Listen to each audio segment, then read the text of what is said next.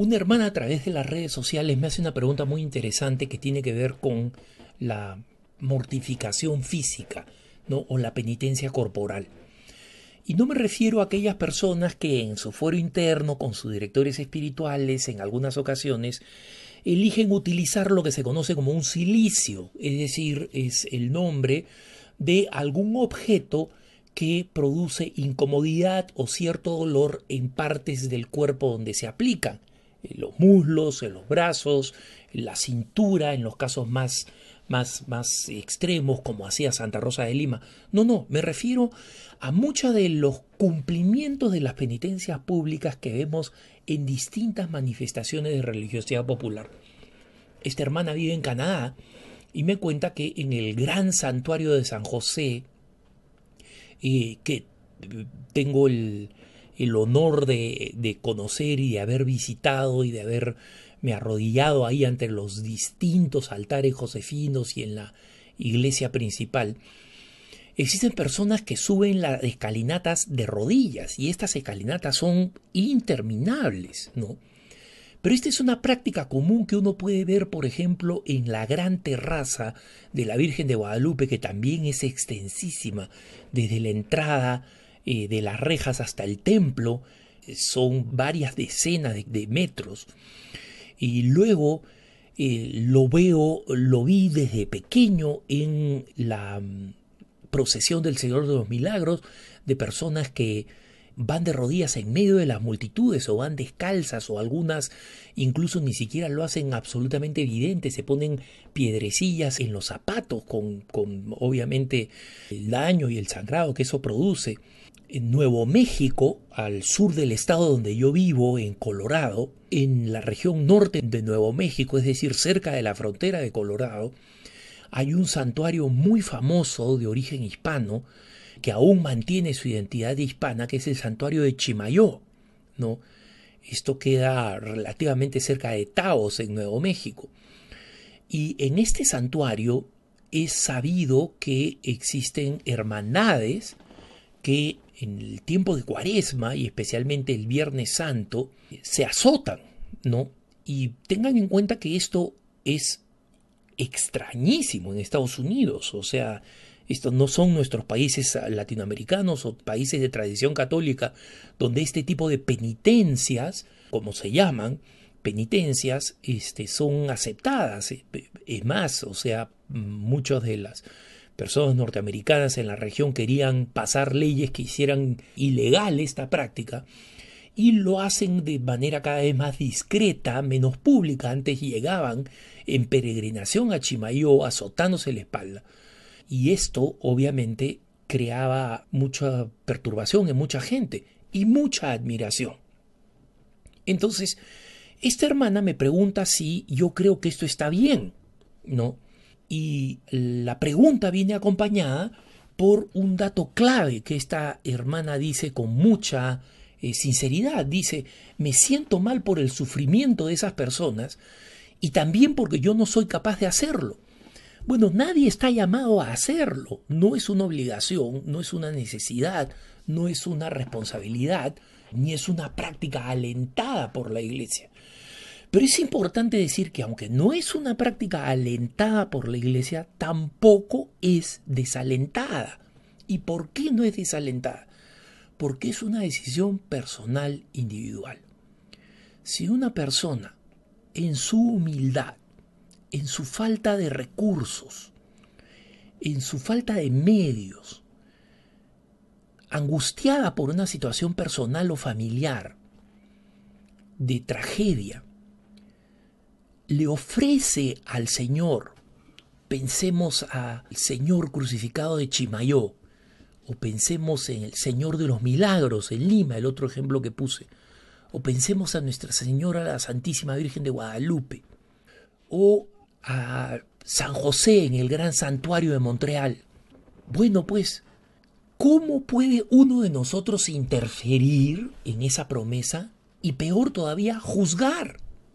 Cuando esas personas están ofreciendo lo poco que pueden ofrecer, si es que no lo único, un poquito de dolor por ti, Señor, te lo suplico para que este pariente sobreviva, para que mi hija sobreviva a esta enfermedad, para que esta crisis en la familia se solucione. Esos diálogos íntimos, personales con Dios, ¿cómo podemos juzgarlos como negativos? Tendríamos que estar mal de la cabeza. ¿Y por qué digo mal de la cabeza?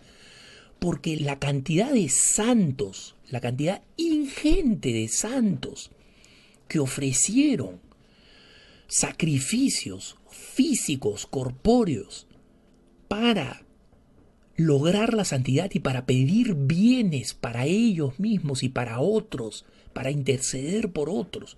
¿Cuántas veces a Santa Rosa de Lima le pedían, por favor, reza por esta intención, y Santa Rosa de Lima la convertía en una ocasión de penitencia? Entonces tenemos que entender que eso entra dentro del misterio de la relación íntima entre esta alma, esta persona, este espíritu y Dios. Y nadie puede juzgar.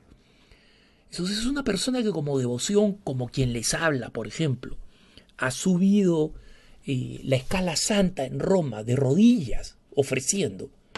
Y que alguien me pregunta, oye Alejandro, ¿te dolió? Claro que me dolió. Pero me hubiera parecido irrelevante si no me dolía, si no había un pequeño componente sacrificial. Entonces ahora esta hermana dice, me duele por su sufrimiento. No te duela por su sufrimiento, es una relación establecida, un pacto, un acuerdo entre ellos y Dios. Y yo no lo puedo hacer, no lo hagas, nadie te lo pide, no forma parte de las exigencias cristianas. Recordemos que mortificarnos, sacrificarnos, es parte esencial de la vida cristiana.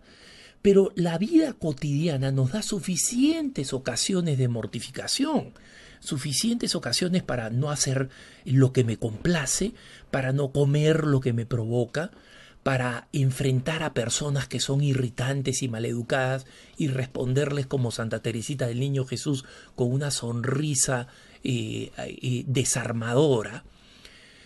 Todas esas son ocasiones de sacrificio. Cuando viajamos en el bus de la ciudad y vamos apretados y malolientes y maltratados, todas esas son ocasiones para ofrecer al Señor y decirle, Señor, esto te lo ofrezco, no maldigo, no me quejo y te lo ofrezco. Todos tenemos ocasiones de ofrecer todo y cualquier tipo de sufrimiento al Señor. Pero todas esas almas sencillas que han ofrecido al Señor un sacrificio especial físico y que puede ser visible y en consecuencia para muchos incómodo, eso queda entre el alma de la persona y Dios y nadie puede juzgar. Yo he visto en numerosos santuarios a lo largo de mi vida, desde Lourdes a Fátima, al santuario de San José en Montreal, al santuario de Pompeya en Roma, a Santa Rosa de Lima en el Perú, al Señor de los Milagros. Podría seguir contando, ¿no? En Luján, en Argentina, en Maipú, en Chile, he estado en Aparecida, que es también sorprendente el número de personas que ofrecen penitencias, y varios más que no recuerdo ahora o que no vale la pena mencionar porque no se trata de una carrera de menciones. Pero puedo decir que nunca he dejado de ver personas con ese ofrecimiento haciendo algún tipo de sacrificio y nunca he dejado de sentirme profundamente edificado por esas cosas. Durante muchos años y todavía lo puedo hacer. No sé si las distancias que muchos de estos más heroicos y fuertes pueden hacerlo, porque digo más heroicos, porque tú dirás, no, pues Alejandro, son más jóvenes. No, he visto señoras mucho mayores que yo en la explanada de Guadalupe avanzando y les debe haber tomado horas llegar hasta la basílica. O sea que estoy hablando de sacrificios que son realmente conmovedores. Entonces, aprovechémoslos como momentos de edificación para la iglesia. Oremos para que los sacrificios que esas personas están ofreciendo den frutos para su bien, porque muchas veces es lo único que tienen para ofrecer. Y por supuesto, respetemos la tradición de la iglesia, de las penitencias visibles, porque están hechas para edificación de nosotros. Como digo, la iglesia no las manda, no las recomienda, pero la Iglesia las respeta porque sabe que las personas que han tomado esas decisiones las han tomado en su fuero interno, en el diálogo íntimo con Dios. Ningún sacerdote les ha dicho, anda, ve, camina 200 metros en la explanada de Nuestra Señora en la villa, en la Virgen de Guadalupe. Nadie. Y en consecuencia nosotros tenemos que tener esa misma actitud de respeto, de reverencia, de aprecio. Y en mi caso, no digo que todo el mundo tiene que tenerlo, pero en mi caso, de admiración. Que tengas un buen día.